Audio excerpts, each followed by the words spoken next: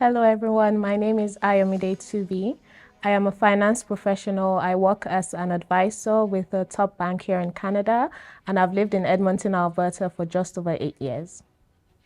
Hello, everyone. My name is Wale. I work as an industrial network and security engineer for the energy industry, and I've lived in Edmonton since 2015, which is about 8 years. Hi everyone, my name is Idongesit, D for short. I am an environmental engineering student and I've been in Edmonton for just close to 2 years now.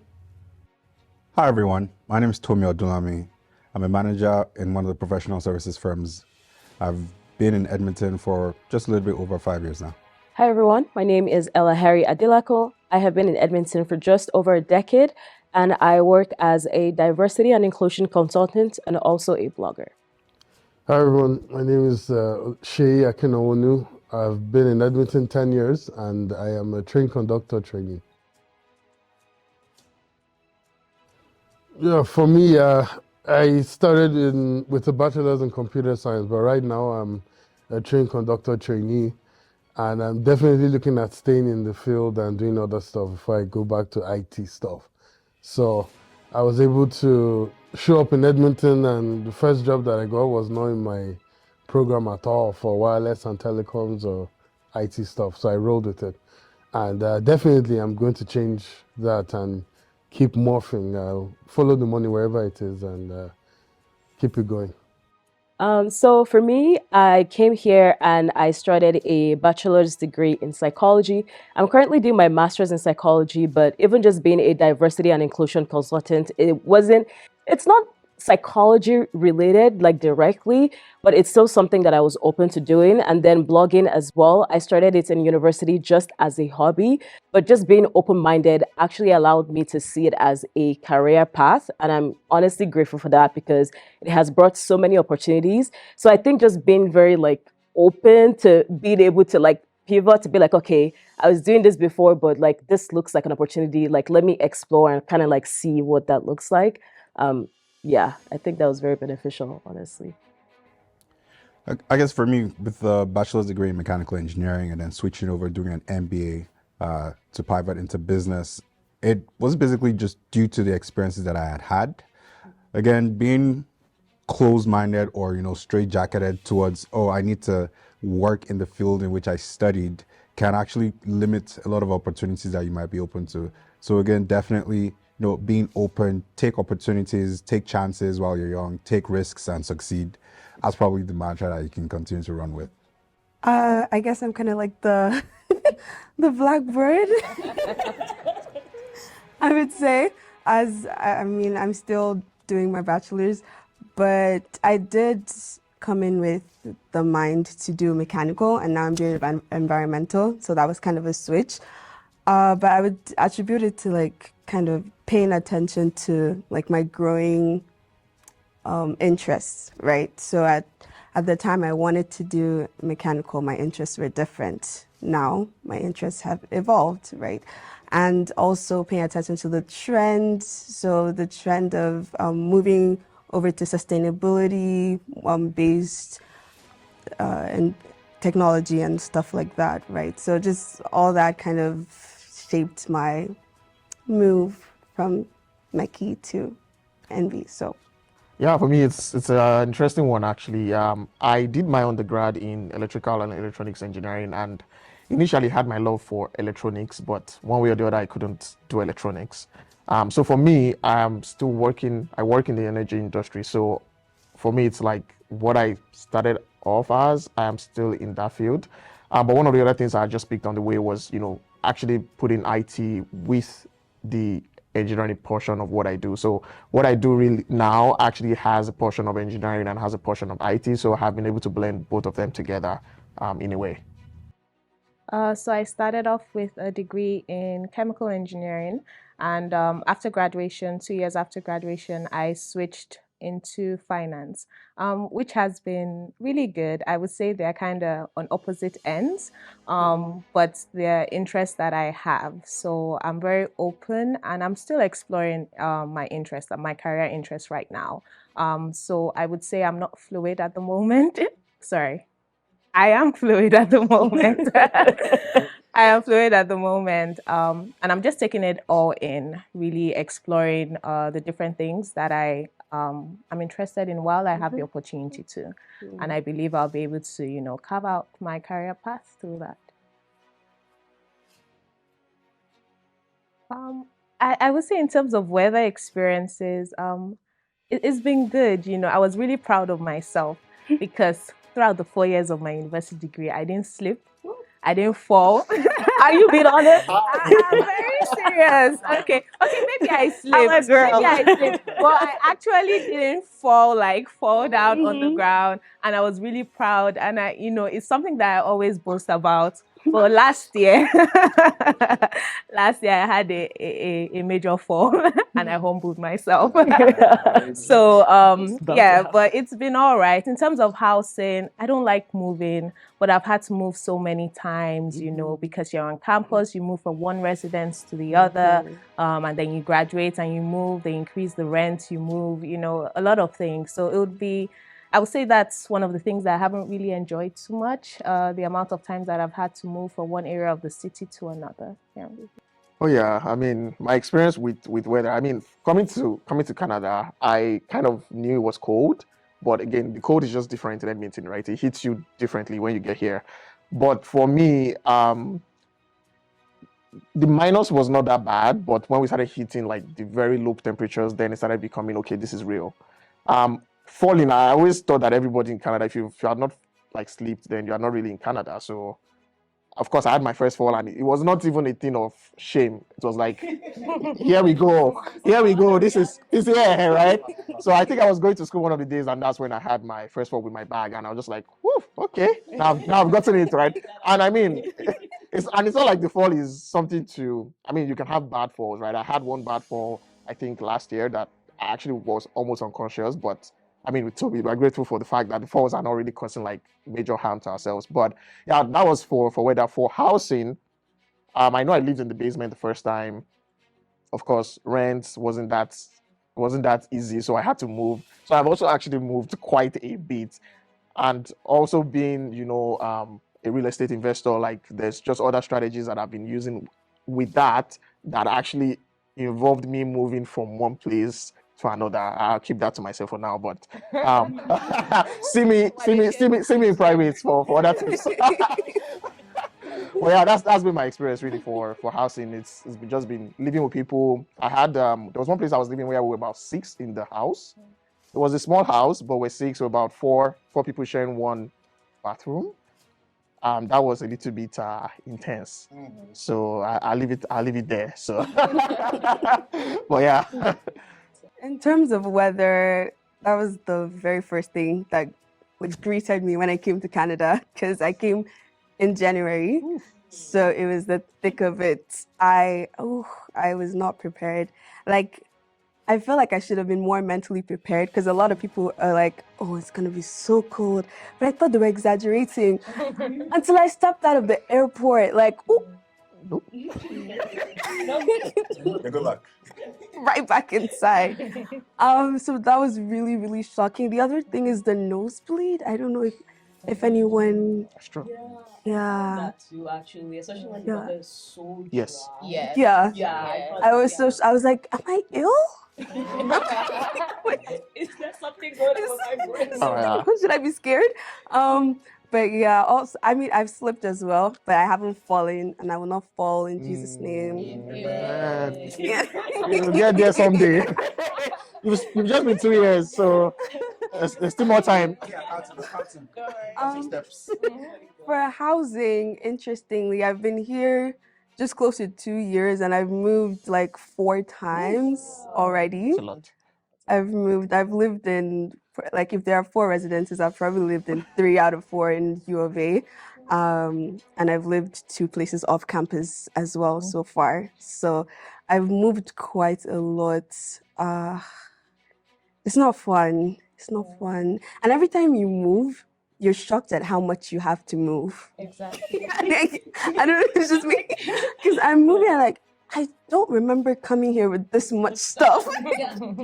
So yeah, it's always like such an experience and a journey. But when you have people that you're doing it with. It just makes like much better, right? Also, if you have roommates that you know and you like, the experience is different. Yeah. So Yeah, I haven't fallen yet. Can we all be truthful I'm here? being truthful. I'm being truthful. I haven't fallen yet. I've been very, very careful about this. But there was this one day. So this is not a falling story. There was this one day. You know, it wasn't supposed to be that cold. So I went to buy groceries, right? And I'm out there with my bags, you know, waiting for the bus to come. And I don't know what I did to this bus driver. They saw me flagging down the bus and they just drove past. Mm. The worst experience. The worst. And then the bus at that time, so because the store wasn't far from the house, but then I hadn't charged my phone. You know, normally you come from Nigeria, every time your phone is always charged because anything can happen. But I don't know what happened is and then the temperatures were like -25, and my phone battery was dying faster than it should. I'm just like, what's happening? And I ordered a cab after the bus left me. I ordered a cab, and then my phone died. So I was there stuck at the bus stop. I was freezing. My cab had come, was calling, my phone was dead. So I literally was just there like this, like with my hands in any part of my hoodie that I could find. And honestly, like I started getting frostbite. I can't remember how I got it. I think I ended up waiting for another 30 minutes for another bus to come. So it was quite an experience, you know, frozen fingers holding my bags. Like they had to, let's just say they had to pry the bag away from my hands, like, give me my stuff, man. But yeah, that was that story. From the housing perspective, I feel like I've lived in some places. I'm not in a lot of places, maybe just like 4 in like 5 years. But there's some places that you live that you spend less time watching TV and just listening to, you know, the going-ons in the other apartments. Like season film, like every night consistently. It's like it's a new topic. Oh my God. It's a new topic, right? But yeah, the walls are paper thin, right? So that's a shocker. Coming from Nigeria, where you know you build your houses with concrete, you know, it's solid. You be doing party in your house, your neighbor doesn't know. But here, if you increase the volume just to like 25, someone just start knocking on the wall, like, can you turn it down? You like turn it down, right? So those are just kind of experiences that I've had, like from a weather perspective and then also from a housing perspective. Honestly, I always have a lot to say about the weather because I'm always cold.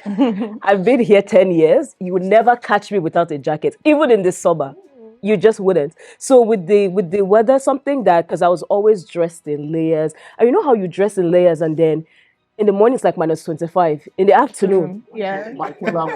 and I'm sweating, and people are like, "Girl, are you okay? Like, what's going on?" Right? So I think the biggest thing for me was just having to wait for the bus. And then, you know, when it's super cold, the buses are running late, or if you're on campus, then the bus gets filled up like quickly. So even if you were waiting, say you were waiting like 30 minutes or something, right? You might be there, and if you didn't get on the bus quick enough, the bus is full, so now you have to keep waiting, right? So that was what I really struggled with. I remember one time I was racing for the bus, was always a thing. You carry your bag, you carry your everything, and then I remember my wig, I didn't even pin it properly, I just put it on my head. Now you guys can know how I'm sure you can tell how that ended. I fell, the wig, I said, I can't get up. I can't. I said, I will not get up because, and then, you know, it's all over. And then, you know, when you're there, you're just like, you have to look around to make sure nobody saw you. But I feel like people saw me, but just kind of pretended like, you know, let's just pretend like we didn't actually see what happened. So that really just like stands out. And then in terms of housing, I think like a lot of us have very similar experiences where you move so much because you're in residence and then maybe like the rent increases. You're like, okay, I have to maybe find like an off-campus housing that would still be cheap enough because I'm a student, right? So I was having a conversation with my sister the other day. I'm like, I've moved at least 8 times in the last 10 years. So just like moving around, and I'm like, this is it. I don't have it in me to keep moving because it's tiring. And then you realize how much stuff you actually have. Yeah. So yeah, it's been interesting for sure. It's been very interesting. Yeah. Well, I guess I've had it easy then, yeah, because I've moved quite a bit from when I was in Hamilton and in Ottawa, but my moving days came to an end in Edmonton. Sure, everything good has been happening in Edmonton, so it's been good. Oh, So say less, say less. yeah, there was a time. There was a time I used to wear suits and wear Timberlands. Actually, no, probably a knockoff, but wear some kind of boots and walk 45 minutes to church to go volunteer and all that. So in the winter, you come outside and you be walking towards the bus stop and hoping that the bus doesn't go past you. And then even if it comes late, then you want to be at the next bus stop and not be caught in between. And if you miss both bus stops or the bus doesn't show up, snowstorm, then 45-minute walk. And then when I get to where I'm volunteering, I have to take off my winter jacket and then try and hide the sweat patches that are formed. And of course, I'm staying where everybody can see me. So that used to be an event. And then you catch the bus back after everything is done. But in Edmonton, somebody gifted me a car in 2013, 1 month after I showed up, I think, or I don't know, I still walked a bit. Maybe the car broke down quite a bit. But yeah, when I was not walking, It was a gift, a real gift. when I was not working for the 5 minutes, yeah, I eventually got a car and I built myself out. Then I've been trying to not fall for 15 years plus, and I've been sleeping a lot, but I've not fallen yet, thankfully. Thankfully, yeah. But yeah, I'm always hyperactive about putting salt on the driveway, shoveling snow within 24 hours. I have a leaf blower that's like a toy for adults. As soon as the snow is there, before anybody steps on it, just quickly blow it off before it compacts and all that. So I've been doing that over the years, and I don't like the winter years when there's freezing rain. Freezing rain is the worst because it's not snow, and then you have to spray salt on everything and then actually walk on the ice and try and break your way through the concrete and then break it for everybody else to walk safely. Wow. So yeah, yeah, the scapegoat. And then I had my daughter, yeah, so it wasn't fun. It wasn't fun. But yeah, it's been like that. Well, yeah, I tried cross country skiing and other stuff in Hamilton and didn't fall. Almost fell. I've played soccer in minus 35-degree weather snow before as well, and So many questions. it's been good. Questions. But we can't ask that. No problem. Because what is the reason? Oh, it was a good night. Why? It was a good night, yeah.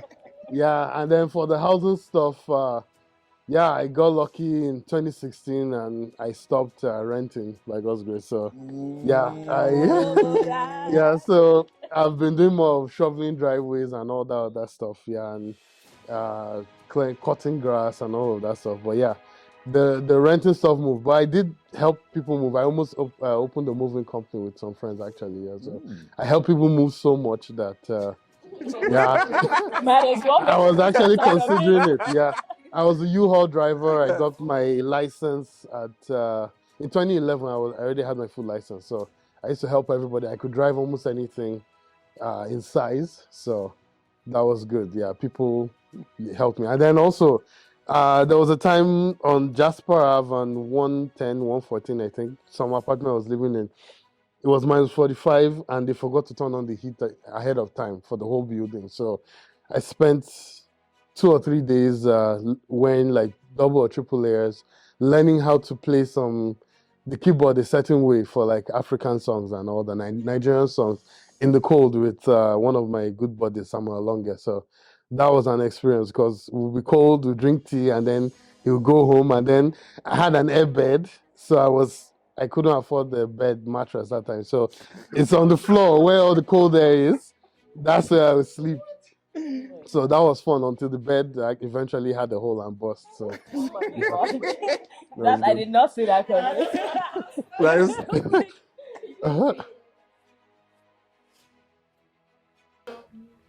Well, I guess for me, it's not like I experienced the detrimental effects, but had to take advantage.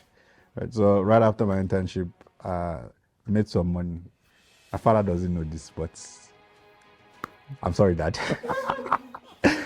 So the money that they sent for school fees, so I should reinvest it. So I reinvested the money, and some of the money that I made here during my internship, I was taking advantage of that exchange rate disparity, just to send money back and use that to invest. So that actually helped me, gather a little bit of capital going forward in my last year of uni. So that was able to just set me up for a soft landing, pretty much, more or less. I ended up, getting about 35% on all of that money, reinvested it in crypto, and yeah, we went from $5,000 to $700. But isn't God good?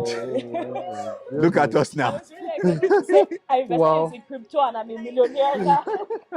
Did not see that. Yeah, Wow. I've been around yeah. so you have money this Oh, whole time. man. So Yeah. Tomi, as a finance professional, I think Y'all need to talk. Y'all need to talk after I know. That's why I'm here. That's why I'm here.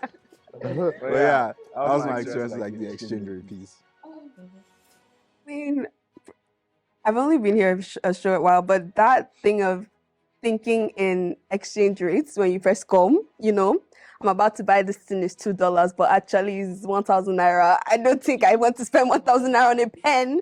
So, Yeah, of course. so all those, just all those at the first, at the start, and then with the increasing exchange rates, it's just like I have to save. Like I have to be wise and save because I'm not trying to make the burden heavier for the people that are helping me financially. So yeah. Oh yeah, and it's even worse like now compared to, I mean, some of us are schooled back then that the exchange rate was actually high, but nobody saw what it's it is coming. right now, That's right? So and I had that same like mind block where I actually did not buy anything for the first couple of months, and my roommate at that time had to tell me, you're gonna have to buy things because I couldn't just imagine spending. At the time, I mean, this was 2015, 2016, right? I couldn't just imagine myself spending that kind of money, right? But I also remember that when I started working and started making some money, I also took advantage of the exchange rate, and then made some, investments back in Nigeria just with that. But I mean, exchange rate was just on this one. At some point, I had to assist, just because I was working as well. I mean, sometimes when they can't send the money or if the money was late, like just take it on and just do it yourself kind of thing, right? So I have to pity our parents. That word pity your parents, that was almost like my motto, like the mantra, especially when like the economy kind of was just going rogue in Nigeria and exchange rates. I would always feel so bad. And I remember being in first year, going into second year, I thought I would just take the hard classes and get them out of the way. Nobody told me take your easy class and hard classes, like mix it, don't go take all the hard classes. So I actually failed out of psychology. So then I felt so bad because I'm like, oh my God, like my parents are paying all this money, like the exchange rate, like I have to pity my parents.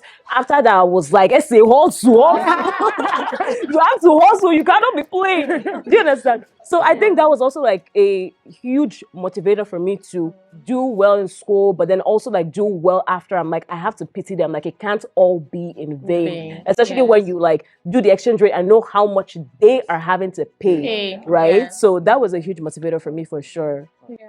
Yeah. I think definitely for me it was similar to Wale, like trying to take advantage of the exchange rate. So, things were okay. I think it was in my second or third year, that's when the exchange rate I think it was second, that was when it changed. But I got a summer job and I was like, okay, I saved a chunk of money and I was like, okay, let me invest it. So I took the money, I took it to Nigeria.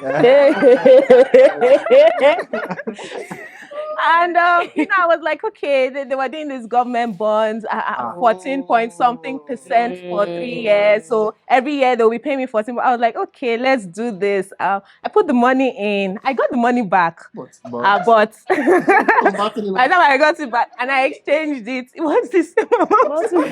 There's no point. I was just like, that was when I learned that I can't be switching. I'm here in Canada. I need to use my mindset here, right? So that was just my story on exchange rates. Interestingly, actually, I may or may not have used my tuition to put a down payment with a certain video rental company that is popular here in Edmonton in 2016, when two of my buddies and myself were supposed to cover some non-profit event that was like a conference. That was a 3 or 4 day conference, and my credit card couldn't accommodate the amount of money. I think I needed to put down $20,000, or no, $10,000 for $20,000 worth of equipment to film and take pictures for the event. So a friend of mine used this tuition to buy a Sony camera. And then I used all my credit limits plus, like, I think 5,000 out of my school fees. Wow. To cover the 40% hold that the company puts on the card, so that we could get all the equipment. And I was lucky that weekend. At least I didn't break anything, and I returned everything back. I think when we say pity your parents, I don't think you were because no, and the money from the event was not even that big, but I had so much fun that when I went back to fun. When I went back to my job, my job at that time, I had forgotten 3 out of 4 of my passwords actually for logging in and actually working, where I was selling phones. So that was where my interest for photography blossomed, and it was interesting, but I didn't get any financial advice that time. You should see Ayomide. Yeah, I'll see you after. That's your client, sir. We're on this chair. Okay. For me, it was, I would say one of the major things was church, because my church was made up of a lot of Nigerians. So, we'll have that banter in our own language. We'll gist, we'll chat, we'll talk about home. In terms of maintaining time difference, honestly, I would say the time that just worked best in terms of calling people was just the weekend. Like a Saturday when you call them in the morning, and then it would be like evening their time. But trying to chat with people during the week, especially with classes and all of that, just didn't really work out for me. In terms of keeping my culture, so anywhere there's Nigerian food, you see me. It'll be I'm an introvert, but if you want to bring me out, there's food. Just let me know that there's Nigerian food, and I'll be there. Yeah, I think church was a major one for me in terms of just the Nigerian culture and all of that. So it wasn't like I was just there essentially. So it was still there because I was still seeing Nigerians and having to relate with a lot of Nigerians. So the culture was still there from, since the fact I was attending the Nigerian church. For the time difference, I actually became a time difference guru, and I'll say the reason why. So first of all, for time difference, of course, I feel like at some point I had to sit my parents down to explain the time difference and not just call you at 3 a.m. trying to check up on you. It's like, okay, guys, it's 7 hours now. When this is 8 hours, time difference. And also because I had a girlfriend back in Nigeria who is my wife now, and because of that, of course, we had to make it work somehow. So time difference, I always knew what the time was in Nigeria. She knew what was here. So of course we have to stay in communication, right? So I guess for me, and echoing what everybody else has said, food is very, very important. It's a key part of our culture. I have no sisters, so we all know how to cook in my household. So it was every other free time that I had, throwing it down. Even during COVID, throwing it down. Whatever it was, if I couldn't make it, I'll go find out how to make it, and I'll try until I actually make it well.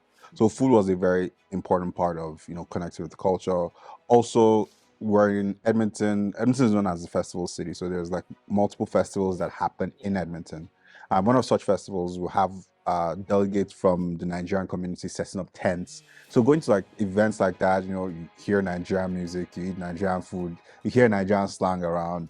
It was that. Also, church also formed a huge part of the community that actually kept me grounded, kept me, it felt like home. Like you step into the church and you're like, I haven't actually left, but it's cold outside, right?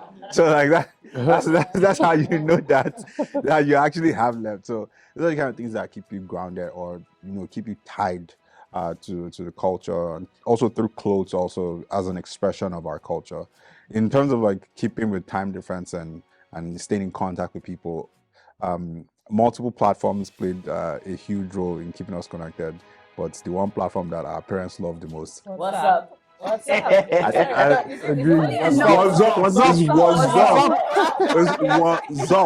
Enough with this WhatsApp. It's green, white, green. I do not That's it. That's it. That's it.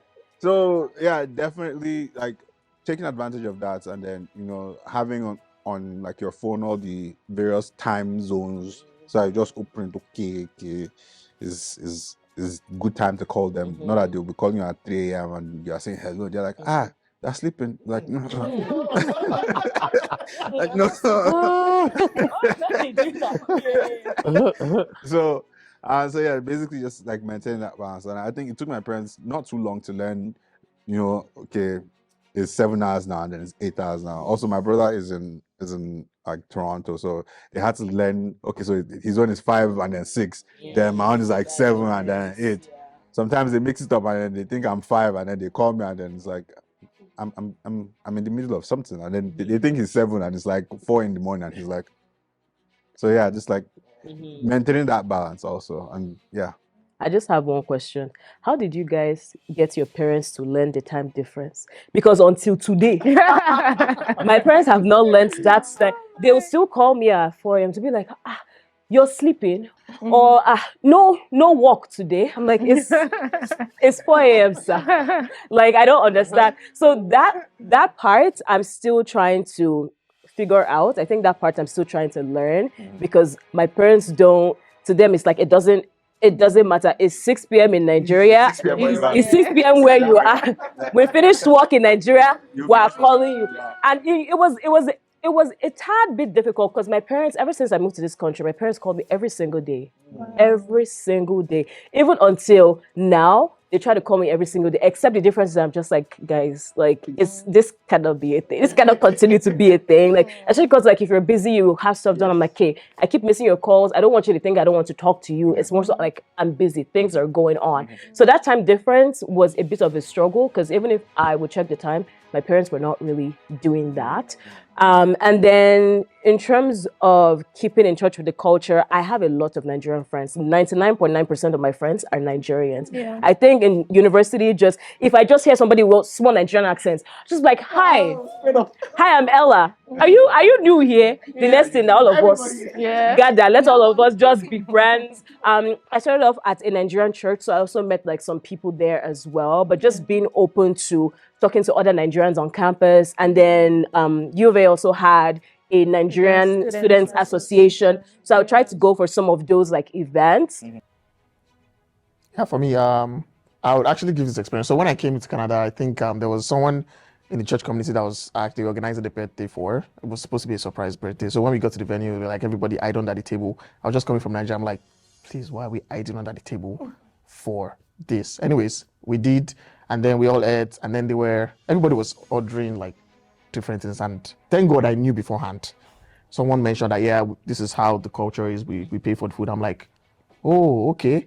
And I'm seeing $25, $30 on, and I'm converting it again to my naira, and I'm like, of course I can't eat this. I will purge. Right. So I said, please give me water. And everybody was just looking at me. I'm like, I'm fine. I'm okay. So I didn't used to go out for birthdays just because I didn't want to have to be spending money every time, because for some reason I just didn't really understand why birthdays in Nigeria, I mean, you call people to the birthday and then you really want to give them food and all of that. So but I've gone for a number of birthdays, not a lot.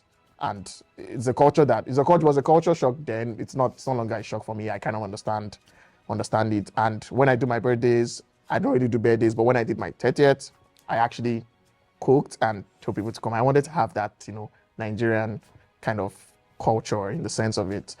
For daylight savings, I remember maybe the first time we're going to Spring Forward, can't remember now. I actually waited till I wanted to see how it worked. So I actually waited. I was like, what is going on here? So I waited. I was watching my phone. I was like, so you're telling me when it gets to 2 a.m., the time will just go back? So let's see it. And they actually did. It was quite interesting to see how the time went and then just went back. I'm like, okay. And then I slept after. So yeah, I mean, that was an interesting daylight experience, I would say, that I had. It's like culture shock, something that really stands out. So you know how like on Christmas Day in Nigeria, you wear your Christmas clothes. Like Yeah. your mom has done your hair, that Ben 10 wristwatch with the eyeglass that has double this thing. As in, when you see me on Christmas Day like this, yo, looking like a snack. Do you understand?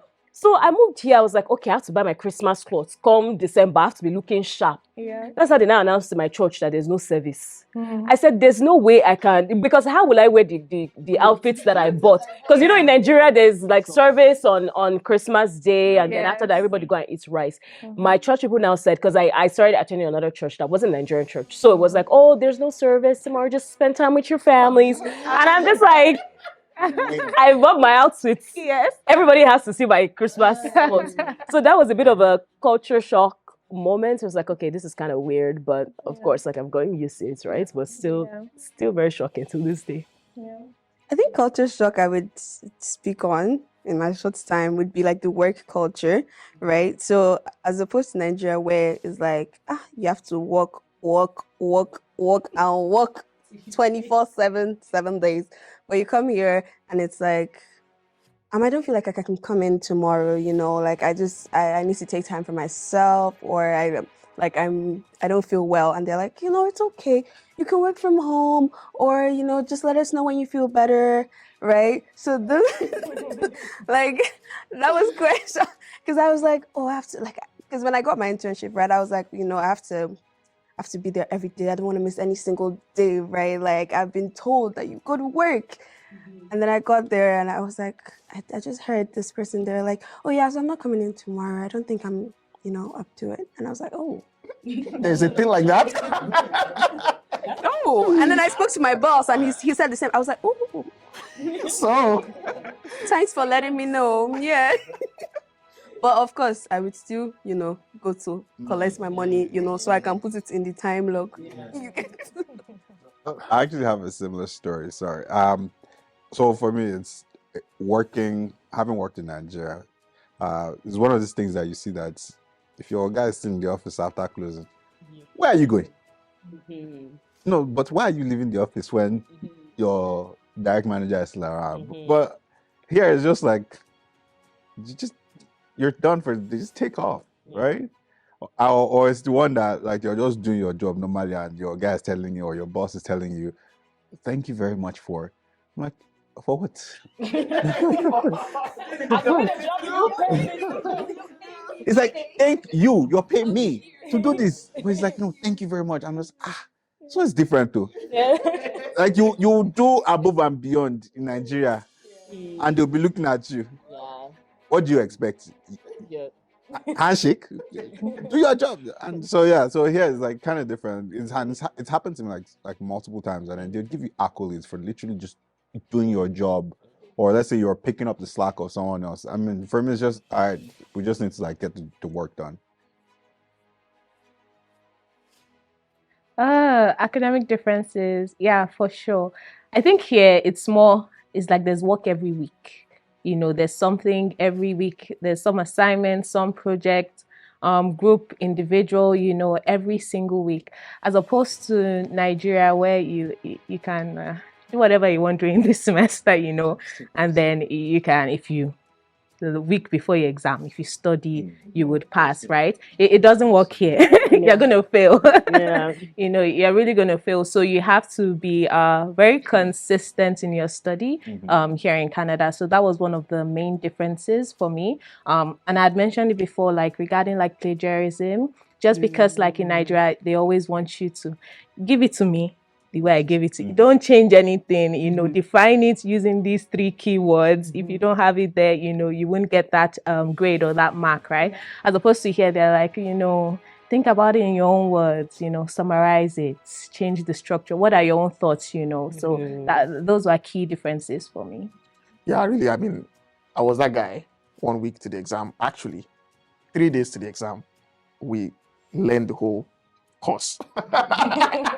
I used to go to class, but I mean, it wasn't like a consistent thing that I would do typically back in my first degree.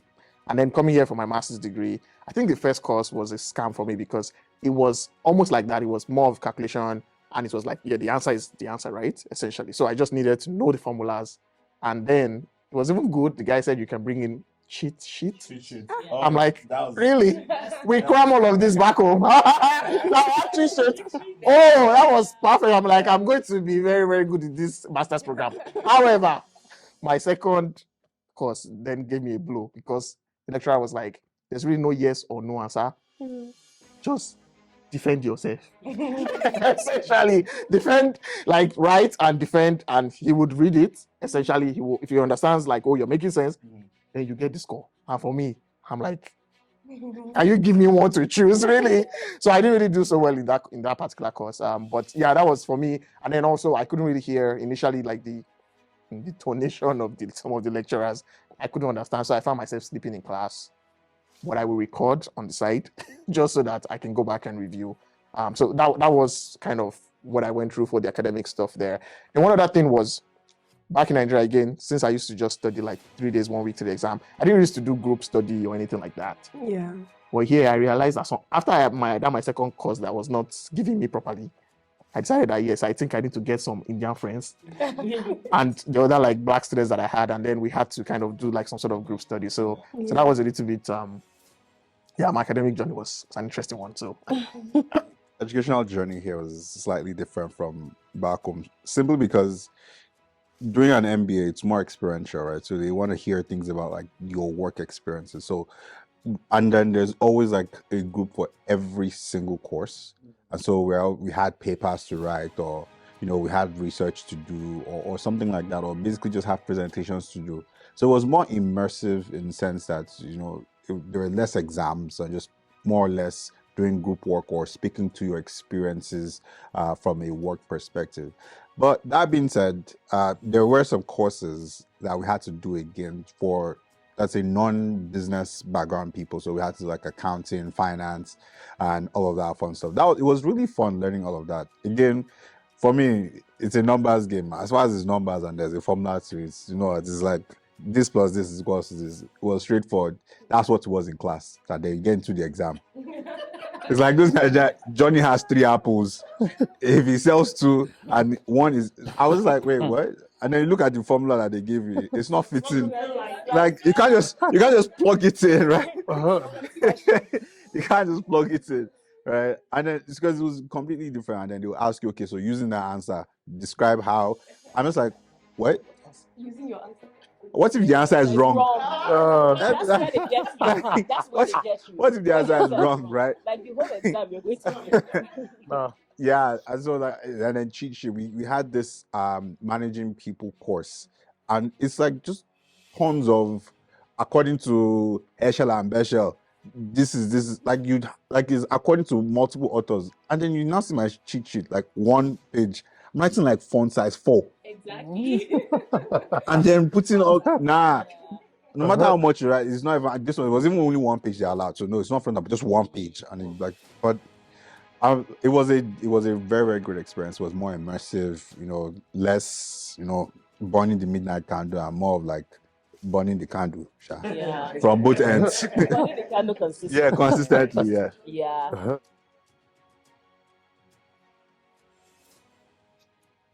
You know, till now, I don't know if any of you guys have actually tried poutine. Yeah. Have you guys tried? Oh my I haven't goodness. tried it. Oh, I Wow. haven't tried it. We gotta change that. We're gonna change it. We gotta change that Food. today. Oh my god. So that's like so. I really like it. Yeah, I haven't. There's only one place I like poutine from, and it's just because like after they put all the poutine and cheese curds, you know, I put chicken on it, put bacon on it, put everything on. So you make your own poutine. It's not just like cheese curds and fries. There's more meat inside. So I'm allergic to anything that has no meat inside. Yeah, Where is this potato? I'll tell you. Okay, yeah. But we have to change that though, because I mean, are you even in Canada if you haven't tried poutine? Exactly. Like- Exactly. Ah. Oh my god. Yeah, Edmonton Rib Fest has been really good. Going for Rib Fest, going for Heritage Days. We've tried foods from different countries, so it's been a very nice experience that way. And then I've been getting my dose of Nigerian food from my wife and from my in-laws, so it's been good. And then when I visit my sister during like Thanksgiving or Christmas, get to eat food that I can cook from different places and getting Nigerian food too. Yeah, I actually remember that. It's always going to be. You guys should all laugh at this, but I actually tasted ketchup for the first time in Canada. No, no, So now what Oh, you're no, not, wow. what you're nah. not going to do is make Nigerians No, be like, stop. They sell ketchup. They There sell was. ketchup. in Nigeria. That's on you. That's on you. Please, this is a declarative statement. There is ketchup. There's ketchup, okay? Yes, there's ketchup. There's ketchup. Hmm. And that's in 2012, and there was ketchup. We went to the same school. There's ketchup in that school. What? I refuse. This came, it was very tough. I couldn't just eat any other thing. Like, thank God I packed enough food from Nigeria. So first 3 months I was just eating Nigerian food. I remember I would get to school. My classes were Saturday and Sunday, and then I get to school. Everybody's going for lunch, and I'll go and buy food with my exchange rate money, and I cannot eat the food. Like, so that one, first of all, was someone actually took me out here when I first came to one Chinese restaurant and bought this bowl with soup. I still feel sad I wasted his money till today, but yeah, like for me, like that was tough. It took me a while. I think it was with one of the restaurants, Japan. Actually, that's when my tongue actually changed. After I ate them like a couple of times, I'm like, oh, okay, Oh. it's not that bad. Yeah, it's rice. It's a little. There's rice inside, and there's meat. You got it. You got it exactly. So yeah, exactly. So with that, I kind of started like switching over. But I mean, yeah, kind of Canadian food I haven't really eaten much. I mean, broccoli actually, I didn't know how to eat broccoli before, but I eat broccoli like anything now. So Really? oh yeah, I do like broccoli. Oh yeah. Baby back ribs. I'd go out and eat baby back ribs. I learned how to make baby back ribs. I stopped going out to eat baby back ribs because nobody makes baby back ribs like I do. So, See, So are we and there are people exactly. here. invited? There are people here that can testify to the greatness of the baby back ribs. Y'all are invited to the cookout. It's okay. Not y'all.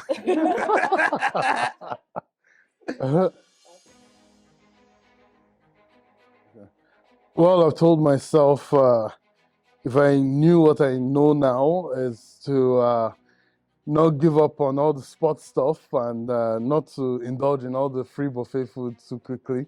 Yeah, coming from secondary school I came from, having buffet breakfast every day definitely contributed to the expansion that took place in the years that followed. Yeah, and then also I'll tell myself if you're struggling with any courses and all that, try and get help. Yeah. Actually use tutors, find the money to pay tutors, and get as much help as you can. You don't want to be kicked out of the program because life takes a different turn, and the delays, they add up. They really add up over the years. They add up. It's a lot. And yeah, try and play soccer, try and afford the gym membership, use your free school gym stuff while you can, any insurance you get. Adulthood will hit you like very quickly, and it's money.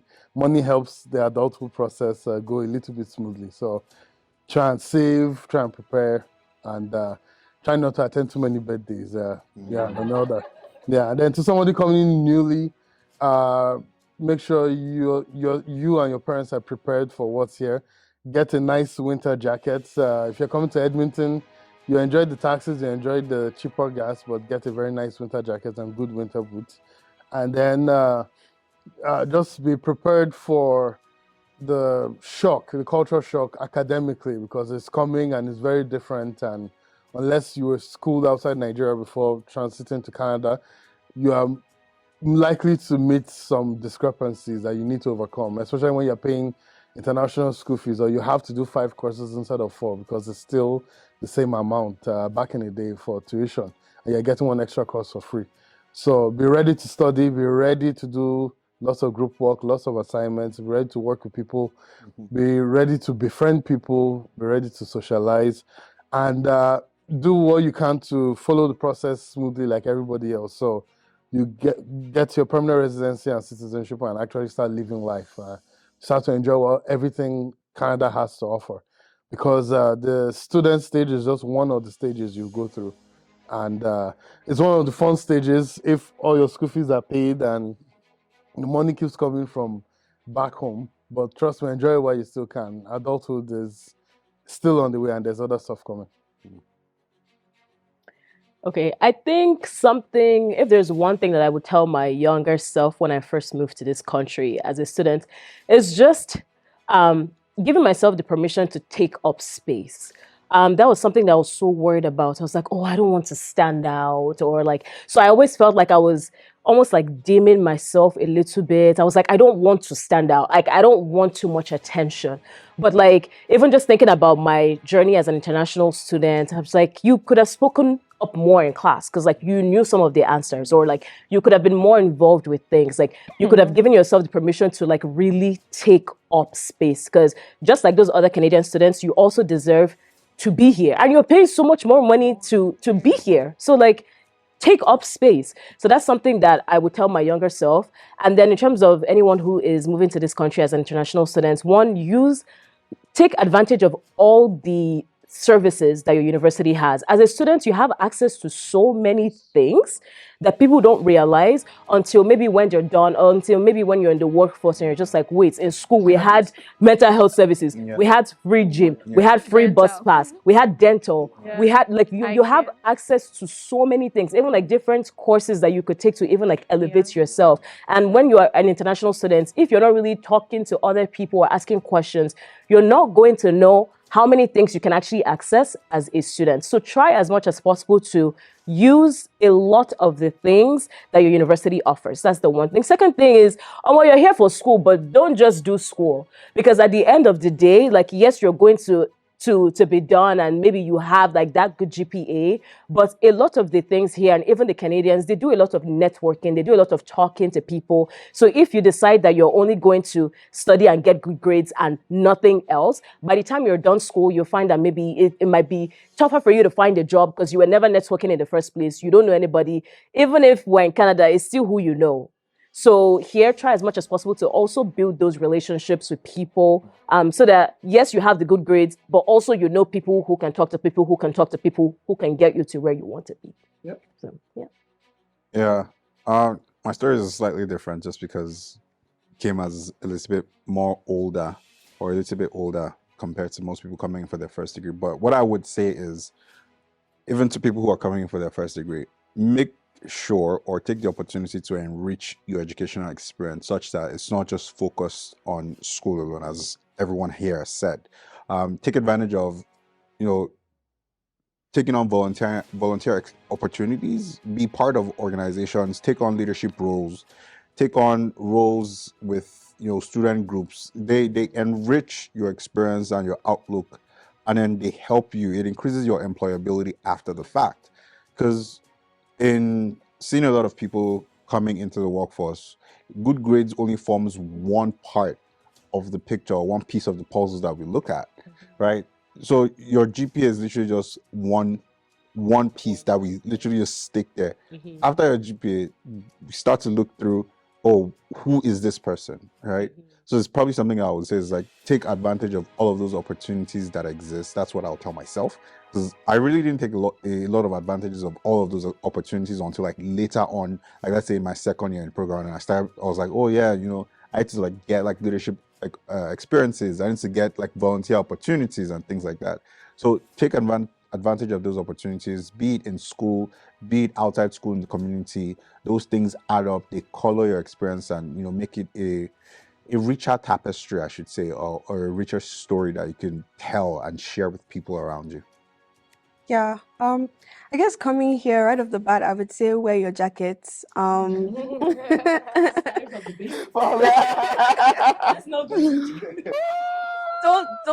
thug it out. Don't like I have thick skin. No, just wear your jackets. Safe, better safe than sorry. Also, yes, always be ready to talk to people. If you have 5 classes, if you're starting the semester and you have 5 classes, your first week you should know 10 new people. You need 2 people in every class at least. That's what I would say.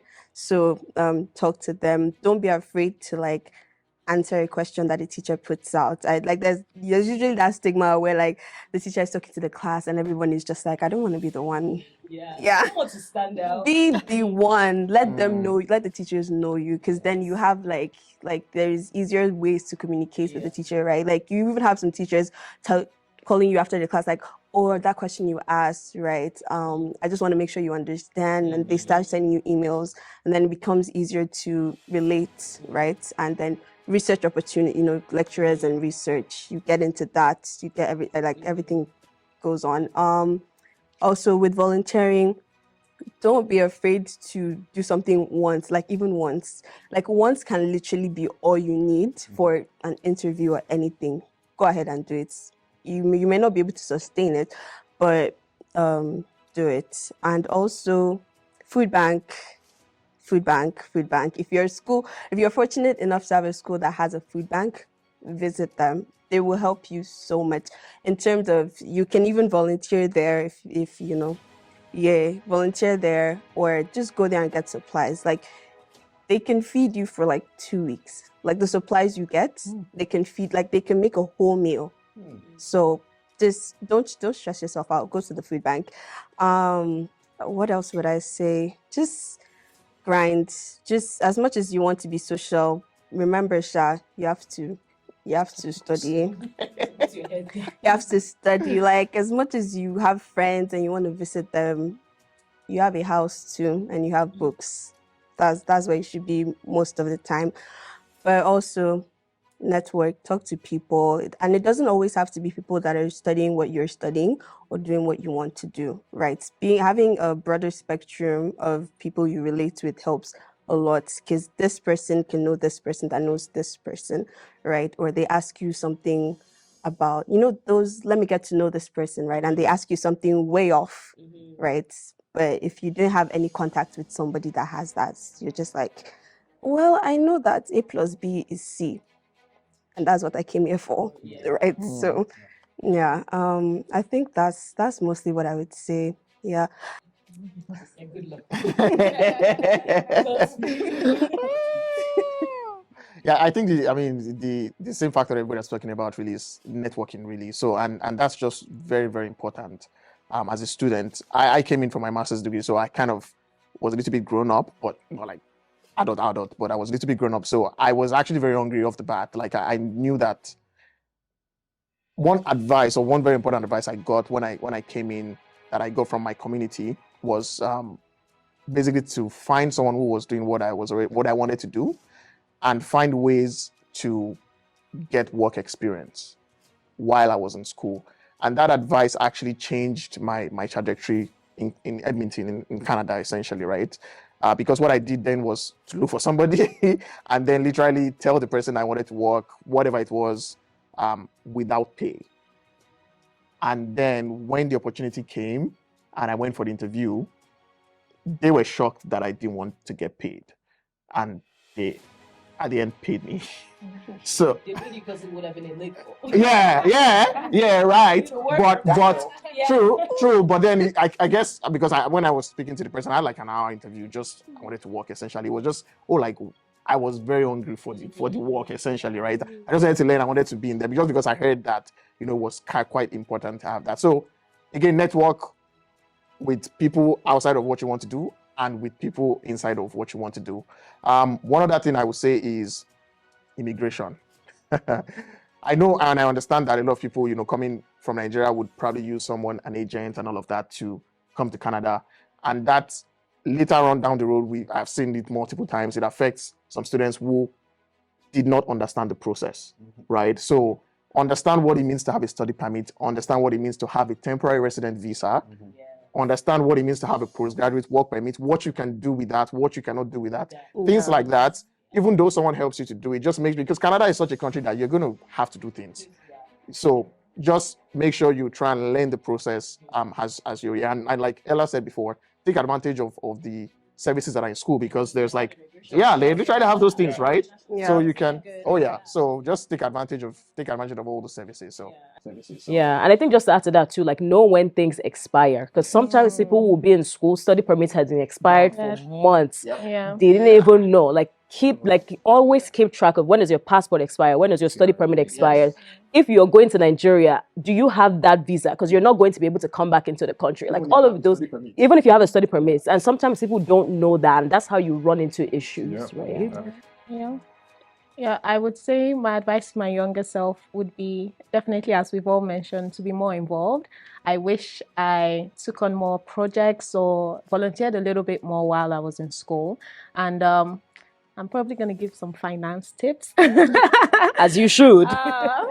I would say if you're a student, save. I remember when I got my first summer job, I earned like 16,000.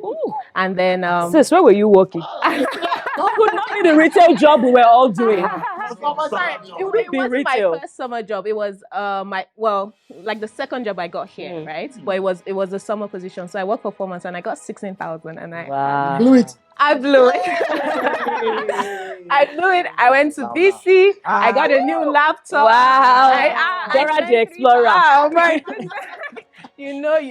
I went to restaurants. I mean, I saved a little. Saved a little. A little. But especially as an international student, I would say, save as much as you can because the exchange rates, is like free fall right now. You don't know where that little like $1,000 will come in handy. Yeah. So put it to good use. And as an international student, or if you're coming in, I would say just be aware of the credit system, right? A lot of us were coming from an environment where we don't even know what credit is. And then you come here and people are just offering credit cards, credit products. So just be aware of that before you sign up for anything. Speak to someone, get more information about it, right? And then make a decision from there. Yeah. Yeah, I like Edmonton. You see. Because Full stop. I like Edmonton. Come here.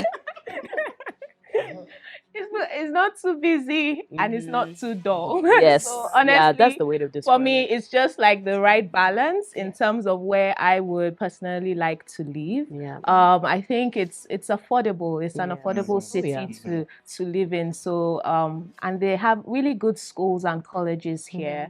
Really good opportunities. I feel like the government, they come up with so many initiatives. So please, if you're coming, come over to Edmonton. We'll be glad. Yeah. We're glad to welcome you. Welcome you. Oh yeah, I mean, I came to Edmonton primarily because of University of Alberta, right? So, and one of the top schools in Canada in the sense. Edmonton has been good to me, I would say. Really, like just from every angle, like AY said, it's affordable. It's not too crazy busy like our friends on the other side of town. Yeah, but and then particularly for me also because I'm also into real estate. It's a very, very good place for real estate investments just because it's not, people haven't come to our market to spoil it like other markets. So of course it's growing and it's just, it has a lot of opportunities essentially that people can plug into. So with all that being said, please come over. Thanks. Yeah, same. I really like Edmonton. I've heard so much like, oh, Edmonton is not interesting. And I'm like, "Oh, it's interesting enough for me." I like it. I like the space for education as well. Like I like the setting because I feel like it's calm enough for you to do your education, but there's also enough social culture that you can gain proper experience. So that's pretty cool. That's pretty nice. Well,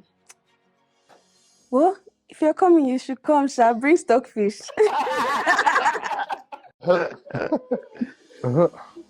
So what's my favorite part of Edmonton? I'd say, so I started getting more serious with photography recently. So, and both stills and video and drone photography. And Edmonton has a very beautiful landscape around like the river valley and around the parks and all of that. So we have lots of green spaces.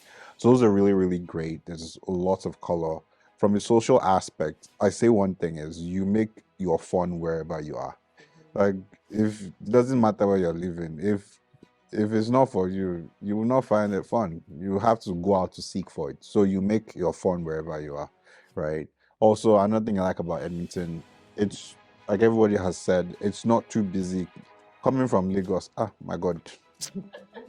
I enjoy the fact that, there's a calmness to it. Yes, Edmonton drivers, they are still learning work.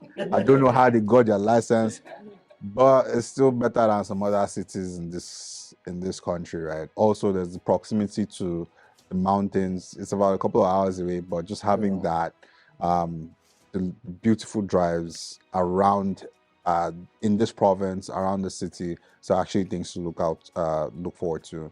And then to people who are looking to come, yes, definitely come.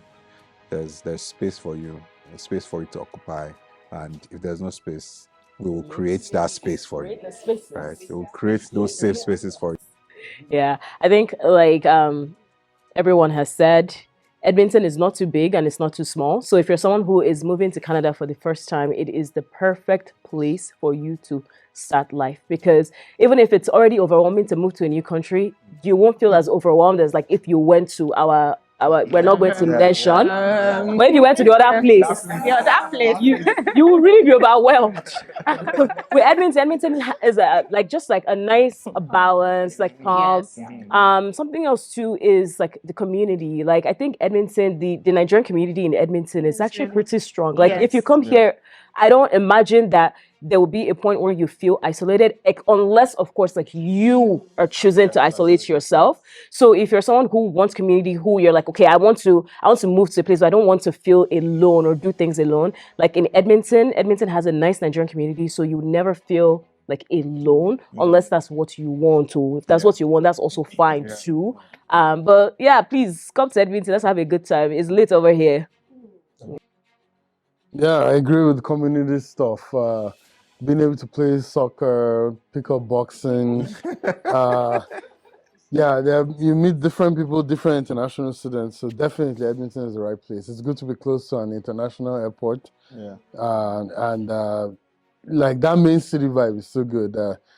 It's a nice place. It's close to Banff. I like the road trips there and back. I definitely like that for that. Gas is cheap. I love driving cars, so gas is cheap. Gas is so cheap. I've really loved that about that. Gas and taxes have been the best thing that have happened to me since I've come here. Apart from like the free car I got when I got to Edmonton, meeting my wife here, and also getting a job within a month after looking for jobs in Ontario for 1.5 years. Wow. So that was how I decided, and it's been 10 years plus, still going, still enjoying it. Just buy a good winter jacket when you're coming. And you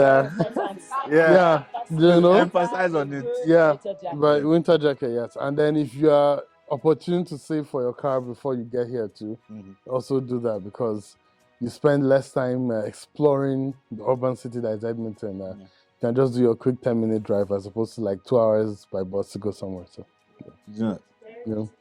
I actually just realized like we have one of the best transit systems, and also one of the best hockey teams in the world. So facts. That's facts. That is facts. Catch it on record.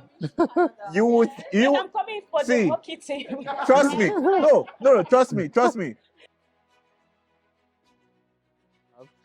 And I'm happy that I'm sharing stuff that might impact somebody someday, and happy to share stories of my challenges and all that, so people don't make same mistakes. I'm happy to share everything that has happened that's good too, and people know where to go, what communities to look out for when they get here and all that. And variety of people on this project, which is so interesting because we have very different backgrounds to an extent, but the stories that we shared are quite similar. So I think for me, the biggest thing is just knowing that you're not alone. Even when you're going through things that, as an international student, you're just like, what's going on? Like you start to, is it to think that you're alone, you're the problem. But when you hear other people speak out, you're just like, oh, wait, okay, so this is like a general thing, right? So I think that's something that this project has done for me, just really validating, but then also giving me the opportunity to reflect on my experience as an international student, because it's just like, go, you have your study permit, work permits, PR, citizenship, you have to work. Like you don't really sit down to really deep the experience, be like, yo, wait a minute, like all that actually happened, you know? So just sitting down to be like, oh my God, that happened, and that happened, and that happened, like, oh my God. So I think it's been really nice to sit down and just reflect. Yeah, I'll definitely echo Ella's thoughts. It's given me that opportunity to actually reflect, look back on where I've come from, count back the years and be like, so where was I landing fresh? My very good friend Wale picked me up from the airport, gave me my first room to stay in, my very first landlord. It's still my landlord, in a sense. But yeah, just giving me the opportunity to reflect back then and then where I am now, and being able to, support other people as they're coming along, being able to share our stories and show people that we are occupying spaces here in Canada, that there's also the opportunity for you to come and occupy spaces, and to know that you can also reach out to us in the different spheres that we are all in, to, as foreigners, to hold the door open for those that are coming behind us. So giving us that opportunity to share and at least be faces for a start, for you to know that, there are people in Canada that look like me, that sound like me, that have gone through experiences that I may be going through. Yeah, if I was to sum up like the entire experience, I would just say beautiful. Me being a part of this, beautiful. The project being a thing, beautiful.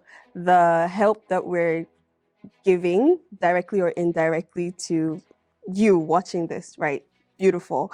I just love the entire idea. I love the fact that I'm here with like people that have gone ahead as well, because I'm the Baby.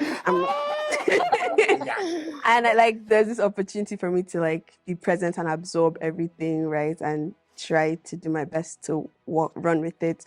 So absolutely amazing. The camera work, the everything that was thinking, shall be our enter photography. It's like, Okay. y'all get me? Y'all get me?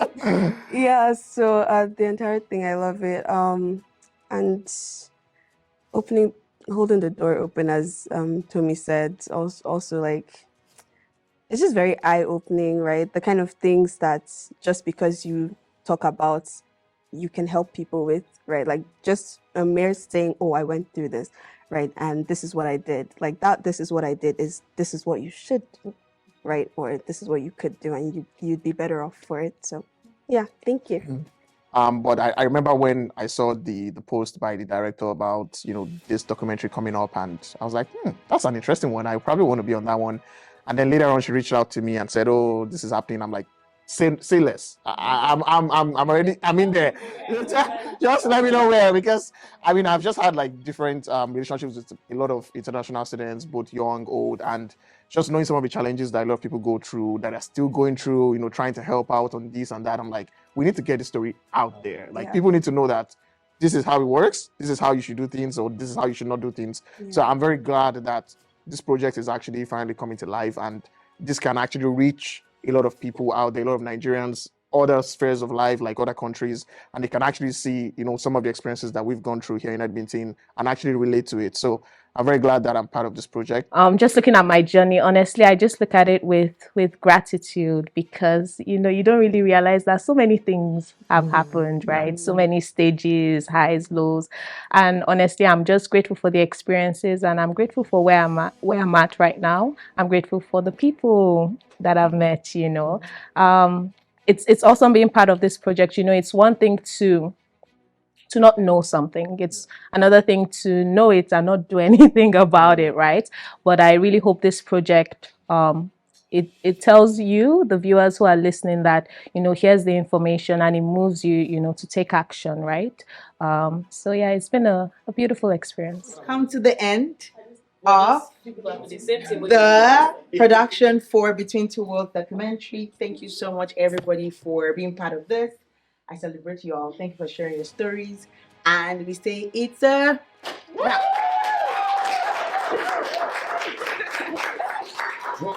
Let's go. To the bow. Let's go. To the bow. Very much. Thank you for coming.